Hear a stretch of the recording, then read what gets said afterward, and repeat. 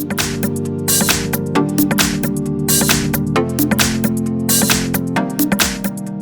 I have KARBONN Aura, and let me show you how to perform here the hard reset, and let me show you how to bypass pattern, password or other screen lock method. So at the very beginning, let's start here by pressing the power key, keep holding power button, choose power off and tap OK to confirm it.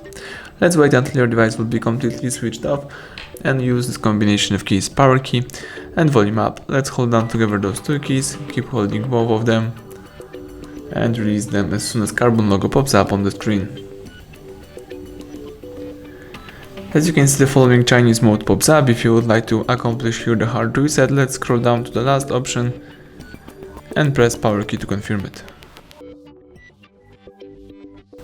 Let's wait until the hard reset will be completed. Do not interrupt while the process is running.